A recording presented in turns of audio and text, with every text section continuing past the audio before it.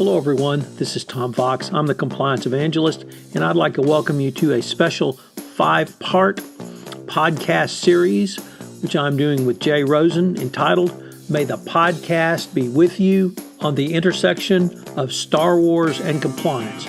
Our sponsor for this podcast series is Affiliated Monitor. Founded in 2004, Affiliated Monitors provides professional, independent integrity monitoring and ethics and compliance assessments nationally and internationally and across all industries.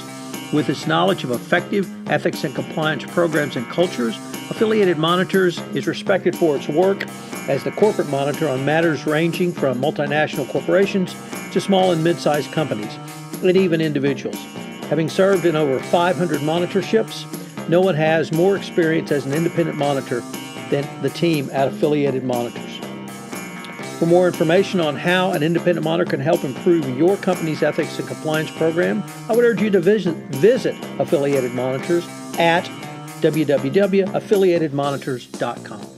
May the Podcast Be With You series is a part of the Compliance Podcast Network. Hello everyone, this is Tom Fox, the Compliance Evangelist. I'm here with Jay Rosen today for a special 1-week podcast series, May the Podcast Be With You, on the intersection of Star Wars and compliance. Today we conclude our series by taking a look at the standalone film, Rogue One. Hello everyone, this is Tom Fox back again with Jay Rosen for part 5 of our 5-part exploration of the intersection of compliance and the Star Wars universe.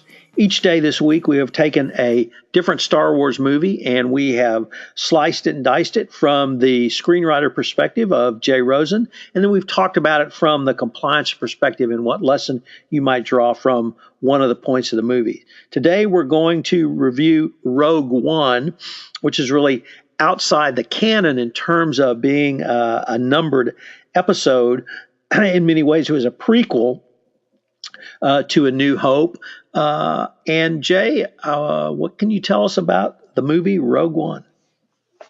Sure. So, as you said, Tom, this story takes place in the same Star Wars universe, and it's about the time right before episode 4, A New Hope.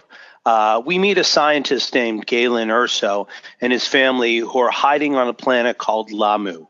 Imperial weapons developer Orson Krennic arrives to press him into completing the Death Star. Galen's wife Lyra is killed in the confrontation, while their daughter Jyn escapes and is rescued by rebel Saul Guerrera. 15 years later, a cargo pilot named Bodhi Rook defects from the Empire, taking a holographic message recorded by Galen to Guerrera on the desert moon of Jedha.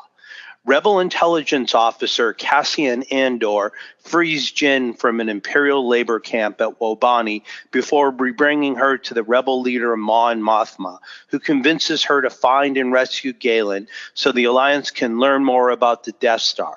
Cassian is covertly ordered to kill Galen rather than extract him. Jyn, Cassian, and a reprogrammed Imperial droid, K2SO, travel to Jedha, where the Empire is removing kyber crystals to power its new Death Star. Guerrera and his partisans oppose them in an armed insurgency. With the aid of a blind spiritual warrior, Chirrut Imwe, and his mercenary friend Baz Malbus, Jyn makes contact with Guerrera, who has been holding Rook captive. Guerrera shows her the message in which Galen reveals he has built a vulnerability into the Death Star and directs them to retrieve the schematic databank on the planet Scarif. On the Death Star, Krennic orders a low-powered test shot which destroys Jedha's capital. Jyn and her group take Rook and flee the moon, but Guerrera remains to die with his city. Grand Moff Tarkin, who we've seen before in Episode 4, congratulates Krennic before using Rook's defection and security leak as a pretext to take control of the project. Rook leads the group to Galen's facility, where Cassian chooses not to kill him. Jyn makes her presence known just as rebel bombers attack. Galen is wounded and dies in his daughter's arm before she escapes with her crew on board a stolen cargo shuttle. Jin plans to steal the Death Star schematics, but it doesn't gain the Alliance Council's approval. Jin leads a small squad of rebels, volunteers on a raid.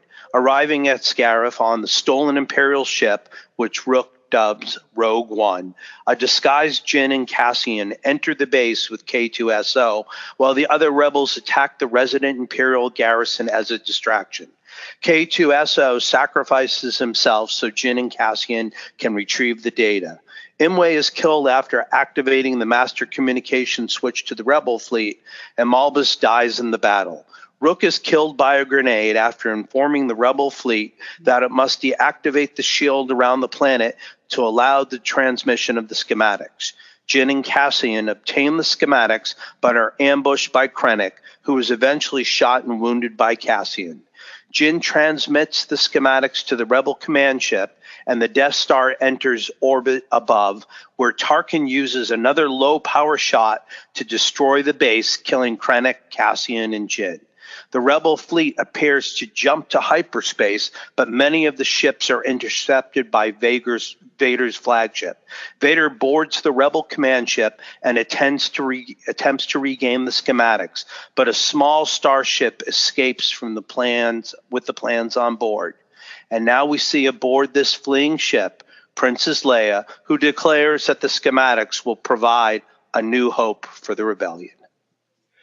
Well, that's a great segue, Jay, because I want to use Rogue One, specifically the name, to talk about one of what I think is one of the most dangerous myths in compliance, and that's the myth of the rogue employee. As long as 24 years ago, Lynn Payne wrote about the myth of the rogue employee in an article for the Harvard Business Review entitled Managing for Organizational Integrity. She said that executives are quick to describe any wrongdoing as an isolated incident, the work of a rogue employee. The thought that companies could bear any responsibility for an individual's misdeeds never enters their minds. Ethics, after all, has nothing to do with management. But in fact, ethics has everything to do with management. I think the important thing to remember is that illegal conduct under a law such as the FCPA never occurs in a vacuum. There are always other employees with whom the recalcitrant employee interacts. There are financial controls in place to protect against misconduct, which have to be overridden. There are reporting mechanisms for employees to report suspicious activities, raise your hand, hotlines, etc. There's likely to be someone in the organization who is close enough to the bad actor or responsible for the conduct of the bad actor, or who should have suspected the actor was engaged in misconduct. The more sophisticated the scheme, the more actors are always involved and the more controls are always overridden.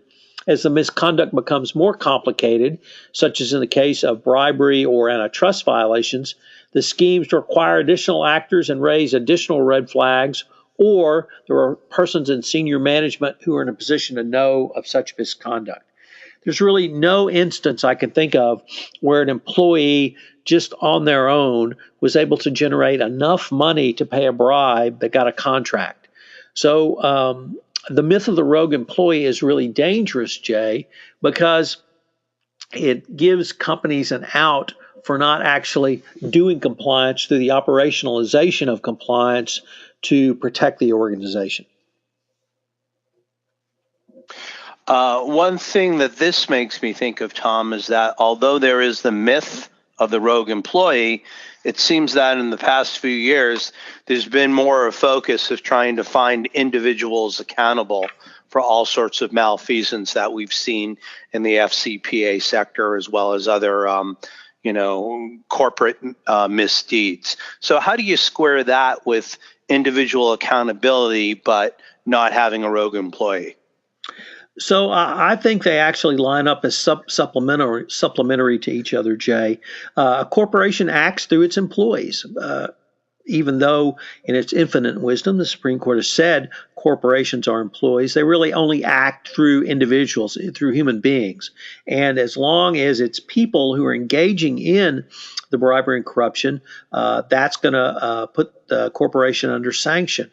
The employees who engage in this have to develop as I said, a pot of money to pay a bribe. And to do so, they had to steal that money from somewhere, whether they stole it from the corporation, whether they cheated on their expense accounts, whether they stole it from petty cash, whether they claimed that they were giving discounts to customers and then rebating the difference. It really doesn't matter.